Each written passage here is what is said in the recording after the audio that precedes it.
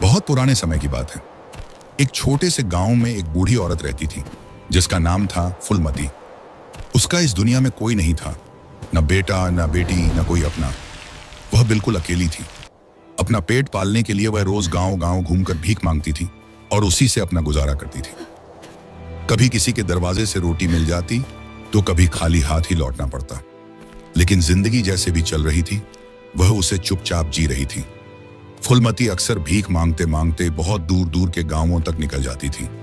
उसे पता ही नहीं चलता कि कब सुबह से शाम हो जाती और शाम से रात। एक दिन फुलमती भीख मांगते मांगते एक दूर के अनजान गांव में पहुंच गई। अचानक आसमान में काले बादल छा गए, तेज हवा चलने लगी और देखते ही देखते मूसलाधार बारिश शुरू हो गई। फुलमती घबरा गई।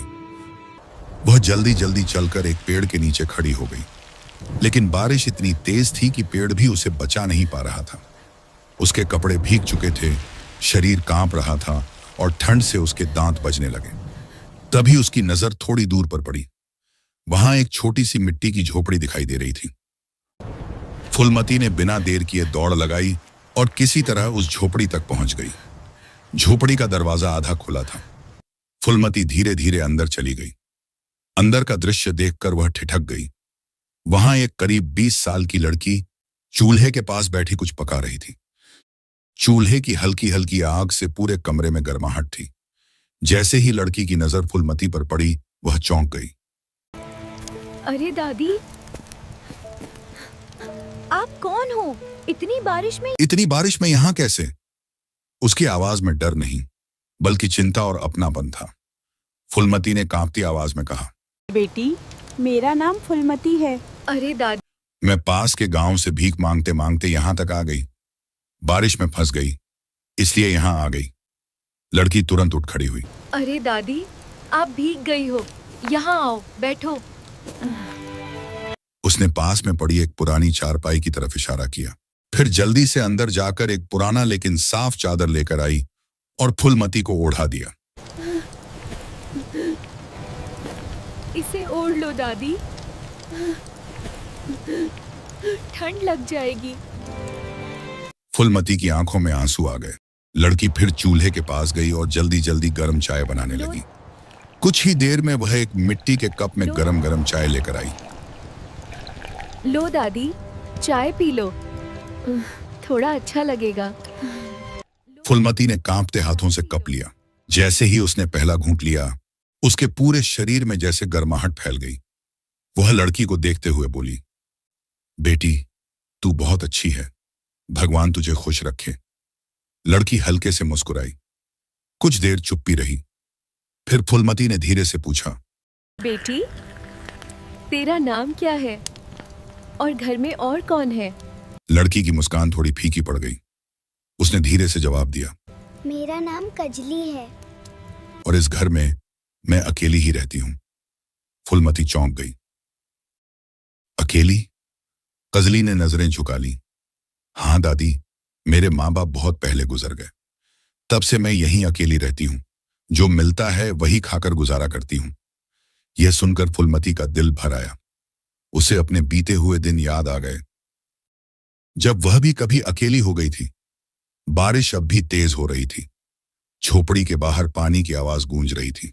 अंदर चूल्हे की हल्की रोशनी में दो अकेले इंसान बैठकर अपनी अपनी जिंदगी की बातें कर रहे थे। फुलमती ने धीरे से कहा, बेटी, मैं भी अकेली हूं। इस दुनिया में मेरा भी कोई नहीं है। कजली ने उसकी तरफ देखा। उसकी आंखों में भी वही दर्द था। कुछ पल के लिए दोनों चुप हो गए, जैसे दोनों एक दूसरे का दर्द समझ रहे हों। उस रात बारिश रुकने का नाम ही नहीं ले रही थी। धीरे धीरे अंधेरा और गहरा हो गया। हवा ठंडी हो चली थी और झोपड़ी के बाहर पानी की तेज आवाज डर और सन्नाटे को और बढ़ा रही थी। फुलमती दादी ने उठकर अपने गीले कपड़े ठीक किए और जाने के लिए तैयार होने लगी, लेकिन तभी काजली घबराकर उनके सामने आ गई और बोली, दादी, आप कहाँ जा रही हो? इतनी ठंड में, इतनी रात में और इतनी तेज बारिश में आप कैसे जाओगी? मत जाओ ना दादी, आज यहीं मेरे घर पर रुक जाओ। उसकी आवाज में डर भी था और अपनापन भी, जैसे वह फिर से अकेली नहीं होना चाहती थी।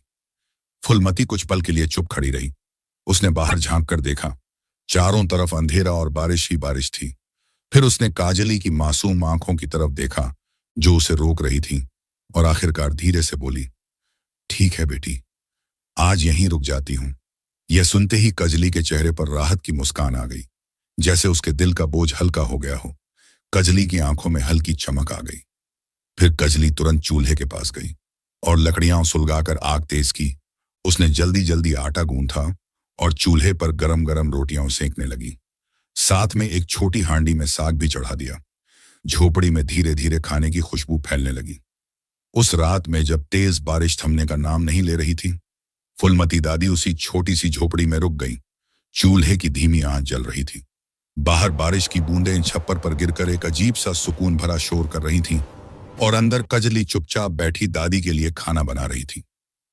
फुलमती भी चूल्हे के पास बैठी थी, मगर उसकी आंखों में चिंता थी, क्योंकि उसके दिल में कजली की हालत घूम रही थी। एक छोटी बच्ची जो इस दुनिया में बिल्कुल अकेली है, न कोई पूछने वाला, न कोई संभालने वाला।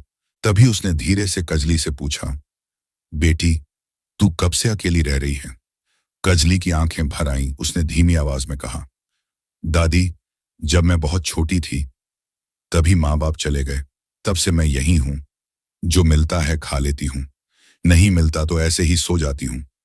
यह सुनकर फुलमती का दिल जैसे टूट गया। उसने तुरंत कजली को अपने सीने से लगा लिया और कई सालों बाद उसके दिल में मां जैसा प्यार उमड़ पड़ा। कजली भी दादी से लिपट कर रोने लगी, जैसे उसका सारा दर्द बाहर आ गया हो। बाहर बारिश लगातार बरस रही थी। थोड़ी देर बाद कजली ने धीरे से पूछा, दादी, क्या आप कल चली जाओगी? फुलमती कुछ पल के लिए चुप रही, फिर बोली, अगर तू चाहे तो मैं तुझे अपने साथ ले चलूं। कजली ने हैरानी से उसकी तरफ देखा।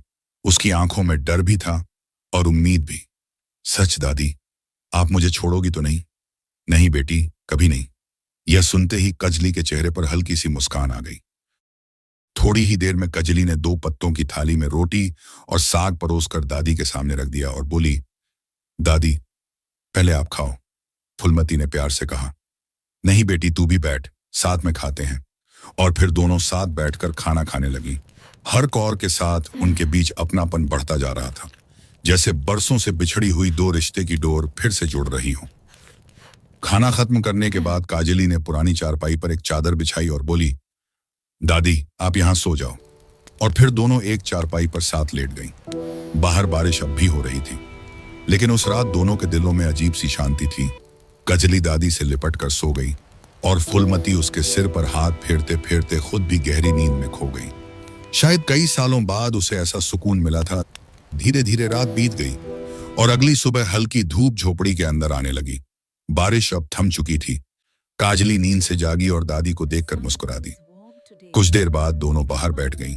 फुलमती ने गहरी सांस ली और धीरे से बोली, कजली, तू यहां अकेली रहती है, मुझे अच्छा नहीं लगता। कजली चुप हो गई। फिर उसने धीरे से पूछा, तो दादी, मैं क्या करूं? फुलमती ने उसका हाथ पकड़ लिया और बोली, अगर तू चाहे तो मेरे साथ चल, मेरे घर चल, हम दोनों साथ रहेंगे। यह सुनते ही काजली हैरान रह गई। उसकी आंखों में एक साथ खुशी और डर दोनों आ गए। सच दादी, आप मुझे अपने साथ रखोगी? फुलमती ने प्यार से कहा, हाँ बेटी, अब तू अकेली नहीं रहेगी। यह सुनते ही कजली की आंखों से आंसू निकल पड़े, लेकिन इस बार ये आंसू दुख के नहीं बल्कि खुशी के थे। उसने तुरंत उठकर अपनी झोपड़ी के कोने में रखा अपना छोटा सा सामान इकट्ठा करना शुरू किया। कुछ पुराने कपड़े, एक बर्तन और अपने माँ बाप की एक पुरानी याद। उसने सबको एक कपड़े में बांधा और एक छोटा सा गट्ठर बना लिया। क्या सच में फुलमती बुढ़िया लड़की को अपने घर ले जाएगी या उसके साथ कुछ बुरा करेगी? आगे देखिए। और चैनल पर नए हैं तो जल्दी से सब्सक्राइब कर लें। फिर दोनों झोपड़ी के बाहर निकली। आसमान साफ था, रास्ता थोड़ा कीचड़ भरा था, लेकिन उनके दिल हल्के थे। कजली ने झोपड़ी की तरफ एक आखिरी बार देखा और फिर दादी का हाथ पकड़कर आगे बढ़ गई। दोनों धीरे धीरे गांव की पगडंडी पर चलने लगी। धीरे धीरे चलते हुए फुलमती दादी और कजली आखिरकार अपने गांव पहुंच गईं। कच्ची पगडंडी, चारों तरफ खेत और बीच में उनकी छोटी सी टूटी फूटी झोपड़ी, जिसे देखकर कजली कुछ पल के लिए चुप रह गई। लेकिन फुलमती ने मुस्कुराकर कहा, यही है हमारा घर, छोटा है पर अब हम यहां आराम से दोनों रह सकते हैं। यह सुनते ही कजली के चेहरे पर सुकून आ गया। उसने धीरे से अंदर कदम रखा और उसी दिन से उस झोपड़ी को अपना घर मान लिया। दिन बीतने लगे। गरीबी तो थी, लेकिन अब अकेलापन नहीं था। हर सुबह फुलमती दादी जल्दी उठती, अपने पुराने कपड़े संभालती और दूर दूर के गांवों में भीख मांगने निकल जाती। वहीं काजली घर पर रहती, झोपड़ी साफ करती, पानी भरकर लाती, चूल्हा जलाती और दादी के आने का इंतजार करती। शाम को जब फुलमती वापस आती तो कभी उनके पास चावल, कभी थोड़ी सब्जी, तो कभी आटा होता। काजली तुरंत चूल्हा जलाकर खाना बनाती और फिर दोनों साथ बैठकर सादा खाना खाते। पर उस खाने में जो सुकून था वो किसी अमीर के घर में भी नहीं मिलता। धीरे धीरे उनका रिश्ता इतना गहरा हो गया कि लोग उन्हें माँ बेटी ही समझने लगे। एक दिन शाम को खाना खाते खाते काजली ने दादी की तरफ देखा और बोली, दादी, आप रोज इतना दूर दूर भीख मांगने जाती हो, थक जाती होगी। अब आप मत जाओ, आप घर पर रहो, मैं आसपास कुछ काम कर लूंगी, हमें चलाने के लिए इतना काफी होगा। फुलमती ने तुरंत सिर हिलाया और थोड़ी सख्ती से बोली, नहीं कजली, ये दुनिया बहुत खराब है। तू अभी जवान हो रही है, अकेली लड़की है, लोग अच्छी नजर से नहीं देखेंगे। मैं तुझे अकेले कहीं नहीं जाने दूंगी। जब तक मैं जिंदा हूं तुझे किसी काम की जरूरत नहीं, तू बस घर पर रह। कजली चुप हो गई। उसे दादी की बात समझ आ गई थी। इस तरह दिन, महीने और फिर साल गुजरने लगे और देखते ही देखते कजली अब ऐसे जवान लड़की बन चुकी थी। अब फुलमती के दिल में एक नई चिंता घर करने लगी थी।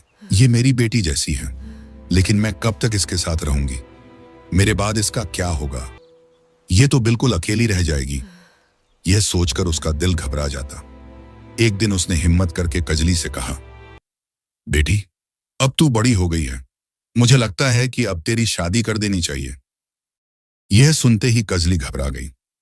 नहीं दादी, मैं आपको छोड़कर कहीं नहीं जाऊंगी, मैं यहीं आपके साथ रहूंगी। उसकी आंखों में आंसू आ गए। फुलमती ने उसे प्यार से अपने पास बैठाया और समझाया, बेटी, हर लड़की को एक दिन अपना घर बसाना पड़ता है। मैं हमेशा तेरे साथ नहीं रह पाऊंगी, लेकिन अगर तू अच्छे घर चली जाएगी तो मुझे सुकून मिलेगा। कजली चुपचाप सुनती रही। उसके दिल में दर्द था, लेकिन दादी की बात भी सच थी। काफी समझाने के बाद आखिरकार कजली धीरे से मान गई। कुछ ही दिनों बाद गांव की एक औरत फुलमती के पास आई और बोली, फुलमती, मैंने तेरी कजली के लिए एक अच्छा रिश्ता देखा है। लड़का दूसरे गांव का है, सीधा सादा है, मेहनती है। फुलमती के चेहरे पर उम्मीद की किरण जगी। उसने बिना देर किए उस रिश्ते के बारे में पूरी जानकारी ली और जब उसे यकीन हो गया कि लड़का सच में अच्छा है तो उसने कजली की शादी के लिए हाँ कर दी। शादी की तैयारी बहुत साधारण थी। कजली लाल साड़ी में सजी हुई थी, उसकी आंखों में आंसू थे और फुलमती उसे देख रही थी। आंखों में खुशी भी थी और दर्द भी। जब विदाई का समय आया तो कजली दादी से लिपटकर जोर जोर से रोने लगी। दादी, मैं आपको छोड़कर नहीं जाना चाहती। फुलमती ने भी उसे कसकर गले लगाया और आंसू रोकते हुए बोली, जा बेटी, खुश रह, यही मेरी दुआ है। धीरे धीरे कजली अपने नए घर के लिए रवाना हो गई और फुलमती उसी झोपड़ी के बाहर खड़ी उसे जाते हुए देखती रह गई। उस दिन फिर से वो झोपड़ी खाली हो गई, लेकिन इस बार अकेलापन पहले से भी ज्यादा भारी था। समय ऐसे ही धीरे धीरे बीतता चला गया और देखते ही देखते कजली की शादी को पूरे 5 साल हो गए। लेकिन इन 5 सालों में न तो कजली कभी फुलमती से मिलने आई और न ही उसकी कोई खबर आई। शुरू शुरू में फुलमती हर दिन इंतजार करती थी, हर आहट पर दरवाजे की तरफ देखती, हर राह चलते इंसान से पूछती, बेटा, कहीं उस गांव से आ रहे हो क्या? मेरी कजली ठीक तो है ना? लेकिन हर बार उसे सिर्फ खामोशी ही मिलती। धीरे धीरे इंतजार दर्द में बदल गया और दर्द अब अकेलेपन में। एक रात फुलमती अपनी झोपड़ी के कोने में बैठी थी। चारों तरफ सन्नाटा था और उसकी आंखों से आंसू लगातार बह रहे थे। वह धीरे धीरे बुदबुदा रही थी, कजली, एक बार आ जाती बेटी, बस एक बार। और तभी उसके मन में एक फैसला जन्म लिया, मैं खुद ही अपनी बेटी के पास जाऊंगी। अगली सुबह बहुत दिनों बाद फुलमती के चेहरे पर एक छोटा सा निश्चय दिख रहा था। उसने तय कर लिया, अब चाहे रास्ता कितना भी लंबा क्यों ना हो, वह अपनी कजली से मिलने जरूर जाएगी। फुलमती ने अपने पुराने से कपड़े ठीक किए, उसमें उसने कुछ सूखी रोटियां रखी, साथ में एक प्याज भी रखा ताकि रास्ते में भूख लगे तो खा सके। फिर वह झोपड़ी के कोने में गई जहां उसने एक चीज बहुत संभाल कर रखी थी, एक नई साड़ी। वो साड़ी उसे किसी ने बहुत पहले दी थी, लेकिन उसने कभी पहनी नहीं। वह हमेशा कहती थी, जब मेरी कजली आएगी तब उसे पहनाऊंगी। आज उसने वही साड़ी उठाई, धीरे से उसे अपने हाथों में लिया और उसकी आंखें भर आईं। अब मैं ही अपनी बेटी के पास जा रही हूं, यह साड़ी उसी को दूंगी। फुलमती ने अपनी झोपड़ी को आखिरी बार देखा और फिर धीरे धीरे कदम आगे बढ़ा दिए।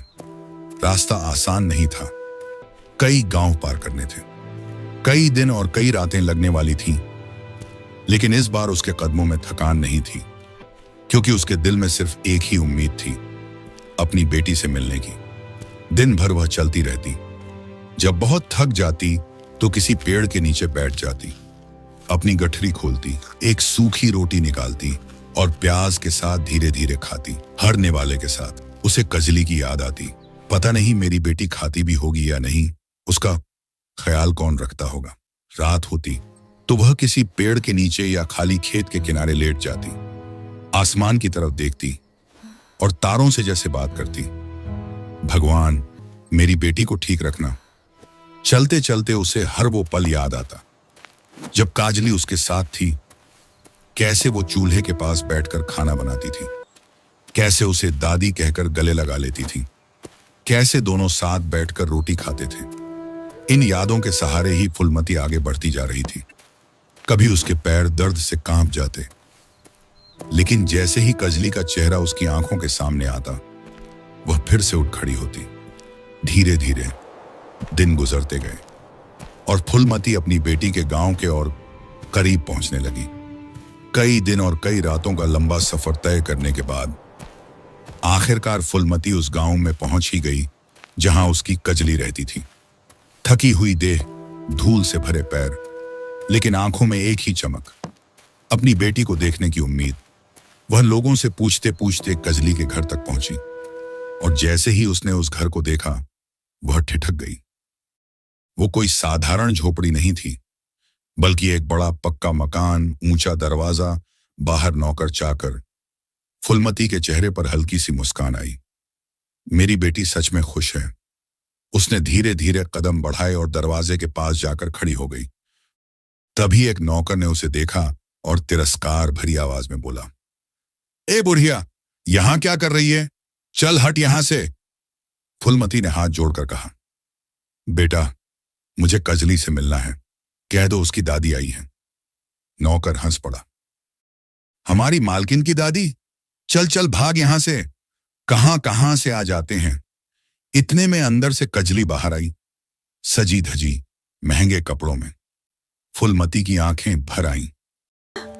मेरी बेटी, मेरी कजली, कैसी है तू? लेकिन कजली कुछ पल के लिए उसे देखती रही। वो पहचान गई थी, लेकिन अगले ही पल उसने अपना चेहरा सख्त कर लिया। तुम कौन हो? मैं तुम्हें नहीं जानती। ये शब्द सुनते ही फुलमती जैसे पत्थर की हो गई। बेटी, मैं हूं तेरी दादी, फुलमती। कजली ने नजरें फेर लीं और गुस्से में बोली, नौकर, इस बुढ़िया को यहां से भगा दो। हर कोई आ जाता है रिश्तेदार बनकर पैसे मांगने। फुलमती के हाथ कांपने लगे। उसने जल्दी से अपनी गठरी खोली और वो साड़ी निकाली। बेटी, तुम मैं हूँ, तुम्हारी दादी फुलमती। देखो ना, मैंने तुम्हारे लिए साड़ी लाया है। कजली ने उस साड़ी को देखा और हंसते हुए बोली, छी, ऐसी साड़ी मैं पहनूंगी, ये तो भिखारियों वाली साड़ी है। और उसने गुस्से में आकर वो साड़ी फुलमती के हाथ से छीनकर जमीन पर फेंक दी। वो साड़ी जो फुलमती ने सालों से संभाल कर रखी थी, आज मिट्टी में पड़ी थी। फुलमती की आंखों से आंसू बहने लगे, लेकिन आवाज नहीं निकली। उसने जमीन से वो साड़ी उठाई और आंखों से आंसू गिरने लगे। नौकरों ने उसे पकड़कर धक्का दिया और दरवाजे से बाहर निकाल दिया। फुलमती बोली, मैं तो बस अपनी बेटी को देखने आई थी। उसकी आंखों से आंसू रुक ही नहीं रहे थे। जिस बेटी के लिए उसने भीख मांग मांग कर जिंदगी बिताई, आज उसी ने उसे पराया बना दिया। फुलमती धीरे धीरे उस घर से दूर जाने लगी। हर कदम के साथ उसका दिल टूटता जा रहा था। उसे अब समझ आ गया था, गरीबी से बड़ा दुख अपनों का ठुकराना होता है। फुलमती दादी उस दिन अपनी आंखों में आंसू और दिल में टूटे हुए भरोसे को लिए धीरे धीरे वहां से चल पड़ी। वह बिना पीछे देखे बस चलती चली गई और धीरे धीरे उस रास्ते में कहीं खो गई। कुछ साल बाद और वही समय अब कजली की जिंदगी में भी अपना रंग दिखाने लगा। जिस अमीरी पर उसे इतना घमंड था, वही धीरे धीरे उससे छिनने लगी। पहले उसके पति का व्यापार डूब गया, फिर कर्ज बढ़ता गया, घर में झगड़े शुरू हो गए। कुछ ही समय में वो बड़ा सा मकान बिक गया। जो लोग कभी उसके आगे पीछे घूमते थे, वही अब उसे पहचानने से इनकार करने लगे। धीरे धीरे उसके पास कुछ भी नहीं बचा, न पैसा, न इज्जत, न साथ देने वाले लोग। वही रास्ता, वही हालत। और एक दिन हालात इतने खराब हो गए कि काजली को भी भीख मांगने पर मजबूर होना पड़ा। वो हर दरवाजे पर जाती, लेकिन हर जगह से उसे वही मिलता, इनकार, तिरस्कार और बेइज्जती। और हर बार उसे अपनी दादी की याद आती। मैंने भी तो उनके साथ ऐसा ही किया था। उसकी आंखों से आंसू बहने लगते। एक दिन भूखी प्यासी कजली चलते चलते अपने दादी से मिलने उसी गांव में पहुंच गई जहां कभी वो फुलमती के साथ रहती थी।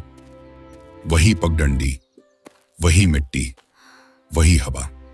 लेकिन आज सब कुछ बदल चुका था। उसका दिल जोर जोर से धड़कने लगा। वो धीरे धीरे उस जगह की तरफ बढ़ी जहां कभी उनकी छोटी सी झोपड़ी हुआ करती थी। जब काजली वहां पहुंची तो उसके कदम वहीं रुक गए। वहां अब कुछ भी नहीं था। झोपड़ी आधी टूटी हुई थी, दरवाजा गिरा हुआ, चारों तरफ सन्नाटा। कजली के हाथ कांपने लगे।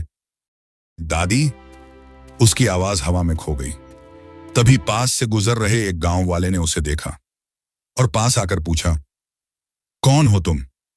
काजली ने रोते हुए कहा, मैं कजली हूं। यहां फुलमती दादी रहती थी। वो कहां है? गांव वाला कुछ पल के लिए चुप रहा, फिर धीरे से बोला, अरे फुलमती, वो तो कई साल पहले तुमसे मिलने तुम्हारे गांव गई थी। कजली की सांस रुक गई।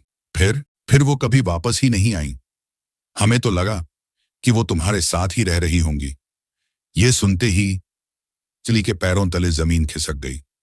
वो वहीं जमीन पर गिर पड़ी।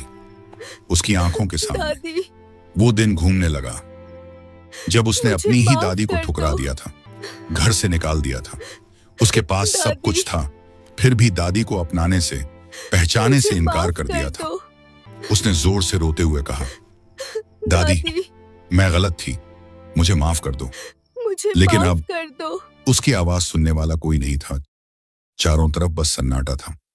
इस कहानी की सबसे बड़ी सीख ये है, जिस इंसान ने हमें सहारा दिया, हमें संभाला, हमें अपना बनाया, अगर हम उसी को ठुकरा दें तो जिंदगी एक दिन हमें उसी दर्द से गुजारती है। अमीरी, पैसा, बड़ा घर, ये सब पल भर में खत्म हो सकता है, लेकिन रिश्ते और इंसानियत, यही असली दौलत होती है। काजली के पास सब कुछ था, लेकिन उसने अपने ही सहारे को ठुकरा दिया और अंत में उसके पास कुछ भी नहीं बचा सिवाय पछतावे के। याद रखो, जो आज तुम्हारे साथ है, कल शायद ना हो। जो तुम्हें बिना मतलब प्यार करता है, वो सबसे अनमोल है। और जो तुम्हारे बुरे वक्त में साथ देता है, वही तुम्हारा सच्चा अपना है। अगर तुम्हारे जीवन में भी कोई दादी, माँ या कोई ऐसा इंसान है जिसने तुम्हें बिना शर्त प्यार दिया है, तो आज ही उनके पास जाओ, उनसे बात करो, उन्हें गले लगाओ और कहो, आप मेरे लिए बहुत खास हो। क्योंकि कहीं ऐसा ना हो कि वक्त बीत जाए और सिर्फ काश पंथी बाकी रह जाए।